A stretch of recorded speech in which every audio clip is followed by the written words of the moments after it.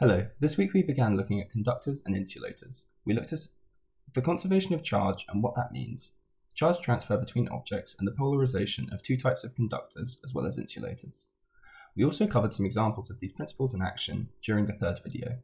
From a chemistry course I took a few years ago, I was familiar with the definitions of conductors and insulators, which are materials with and without mobile charges respectively. In many metals, a common example of a conductor it is electrons which permit the flow of charge, but it is not always the case, as seen in an ionic solution where ions allow for the flow of charge. From the same course, another concept I was familiar with is the structure of a metal, a lattice of regularly spaced positive ions with a sea of delocalized electrons in the material. This is useful information when thinking about the polarization of a metallic conductor.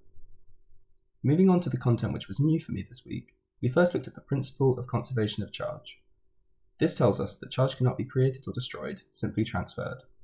We looked at an example of transferring charge by looking at separating pieces of tape, much like the premise for our first lab.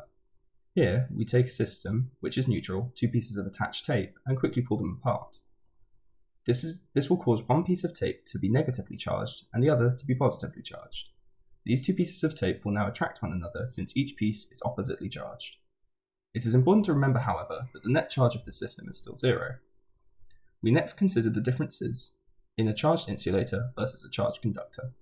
Continuing with the tape example, the charges can't move freely around the tape, as it is an insulator. If we instead looked at a charged piece of metal, the charges can continue to move until they reach a stable configuration. Following this, we looked at three examples of polarizing materials. The first was an insulator which was exposed to an electric field. We can see that the individual atoms don't move, but they do polarize as we would expect them to from what we learned last week. With each of the atoms of the material polarizing like this, the polarized insulating metal also produces an electric field, with its dipole moment in the direction of the external electric field. Next, we looked at an ionic solution. In an aqueous solution and in the absence of an electric field, each water molecule has a dipole, but as they are positioned randomly, the solution has no overall dipole moment. After exposing the solution to an electric field, the ions in the solution now move within the solution, such that the positive ions move in the direction of the electric field and the negative ions move counter to it. The polarized solution produces an electric field with its dipole moment pointing in the direction of the external electric field. Lastly, we looked at a metallic conductor when it was exposed to an electric field. Before being exposed, it consists of a lattice of positively charged ions and a sea of delocalized electrons. When in the presence of an electric field, the delocalized electrons move in the direction opposite to the field. The polarized metallic conductor produces an electric field with its dipole moment pointing in the direction of the external electric field.